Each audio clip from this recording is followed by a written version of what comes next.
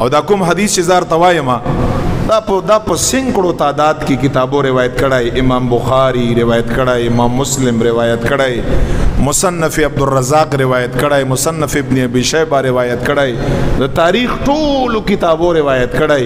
مشهور حدیث دی.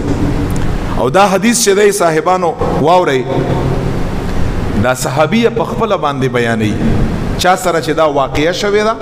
کعب ابن مالک هغه په خپل بیانوي. ګوره دومره طاقت پکې شته چې خپل باندې بیانوي، منځ منځ کې ژاړم او بیانویم.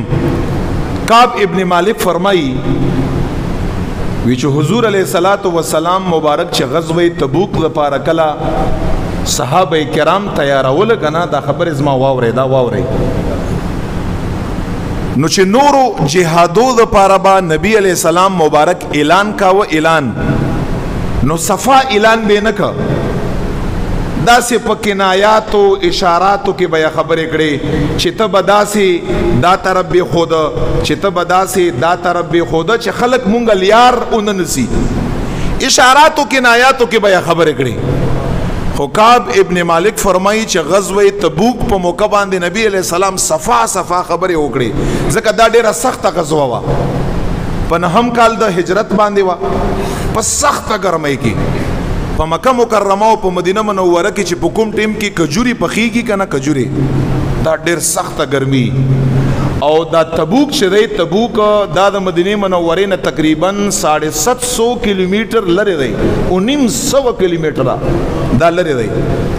10,000 صحابه، 10,000 ځکه اخر. او دا نبی علیہ السلام مبارک اخیرنۍ غزا وا، اخیرنۍ غزا په نهم کال د هجرت باندې. او چې کوم رومیانو روم سره عیسایانو سره دا جهادو، اخیرنۍ چې کوم قول دی زب اغار ته وایم، تعداد کې اختلاف دی، خو اخیرنۍ قول دا دی چې هغه 2 لکه 2 لکه تعداد د رومیانو د عیسایانو او 10,000 صحابه. نو حضور مبارک ښکارا میدان ته راووت او ښکارا خبره یې وکړه چې جهاد لبزو، غزوه تبوک لبزو، په دې طرف باندې بزو او شا چې څومره وسی هر انسان دا هغه پیسې راوړي جهاد د پاره چانده وشي. چا سره چې سورلی هغه انسان د می سارهږي، هغه باندې جهاد فرض دی ابزي. که چا سره سورلی نه هغه د ایثار شي، خو چې چا سره سورلی ابني سارهږي. ښکارا هغه روټ هغه طرف ارڅ ښکارا بیان کړ. کعب ابن مالک فرمائی صحابی رسول دے دا رب لا یزال په سورت توبه کې د په بابت کې آیاتونه نازل کړي دي. دا ډېر لوی صحابي دی. اوس ګوره کعب ابن مالک فرمایي چې زت څومره ښه ځوان صحابه کرامو کې پټې پسې خبرې نشته، چې زړه کې یو او په خوله باندې بل دی، په خپله باندې چې زه چې څومره ښه ځوان، ښه طاقت والا، ښه پیسو والا په دې ټیم کې یم کنه، په دې ټیم کې زوم بهشک ما سره اوخم او ما سره اوخم وي، ما سره پیسې وي، زه ښه ځوان وم، ښه طاقت والا وم. څومره چې خوشحال په دې ټیم کې وم، په دې ټیم کې دومره خوشحال زه په یو ټیم کې هم نه وم، ښه وزدس والا وم. خو چې کله نبی علیہ الصلوۃ والسلام اعلان وکړ کنه، اعلان چې تاسو راوځئ په زیارت په ورځ باندې دا د مدینه منورې نه دا قافله روانه شوې، مونږ بزو. د مبارک فرمایي زه په کور کې وم، بس نارستی مې وکړه. ما وی چې نن چې صحابه کرام لاړ شي زه به ان شاء الله تعالی سبا پسې لاړ شم. اسې ما سره اوښان هم شته، پیسې هم شته، وس دس مې هم شته، ځوان هم یم، طاقتور هم یم، هر څه شته، خیر دی زه به پسې لاړ شم. یو ورځ تېره شو، په هغې ورځ باندې لا نړم. کعب ابن مالک فرمایي وی چې ما وی چې سبا به لاړ شم. مبارک فرمایي سبا ورځ هم تېره شوه لا نړم. صحابه کرام به 2 ورځې کې ډېر حد پورې رسېدلي وو، په سخته غرمۍ کې، په تکلیفو کې. کعب ابن مالک فرمایي 3 ورځې تېر شوې، کور نه ونوتم. بس په 4مه ورځ باندې ما ووی چې بس داسې ښکاري لږه زه چې جهاد نه پاتې شوم. بیا راکې جرت نه و چې زه حضور مبارک پسې لاړ شم. بس زه د غزوې تبوک نه پاتې شوم. سره د دې چې زما خپله باندې حدیث کې ما وسم و ما طاقتم و ما سره هر څه، بس زه پاتې شم. چې کله پاتې شم کور ته لاړم ورځې دوه درې تېرې شوې. کعب ابن مالک فرمایي چې زه به بهر په مدینه منوره کې راووتم ګرځېدم به سخت تکلیف به راته میلاوېده. یا به څوک وو یا به بوډاګان پاتې وو یا به ماشومان پاتې وو یا به ښځې پاتې وې او که څوک به ځوان و هغه به منافق و. وی چې ما ته به خپل ځان ډېر بد ښکاره کېده چې نه بوډا نه ماشوم نه ښځه نه منافقی په سچ باندې رسول الله مبارک صحابي چې ما ته به دا ځان ډېر بد ښکاره کېده. بیا به کور ته لاړم بیا به راووتم ځان به راته بد ښکاره کېده. خدای مبارک فرمای رسول الله زما ذهن نه وتی نه دی بس په دغه کشمکش کې ناست تر دې پورې چې حضور مبارک د غزوه تبوک نه را واپس شو. اوس واورئ یو درد او د محبت ډک حدیث دی چې کله حضور مبارک غزوه تبوک نه واپس راغی رسول الله مبارک طریقه بداوه چې مسجد لبلاړ او په مسجد کې به اول 2 رکعات منځ کو او بیا به التخلق سره ملاوېده. مبارک فرمایي چې حضور مبارک لاړ مسجد لا خلق سره ملاو شو.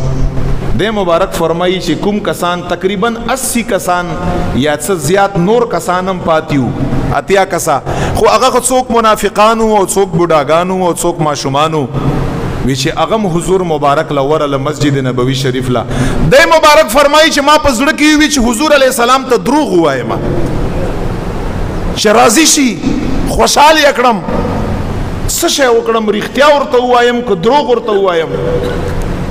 حضور مبارک څنګه رضا کړم ځکه هغه ته پته وه چې رسول الله مبارک څو پورې انسان رضا نه که هغه انسان نه رب نه رضا کوي.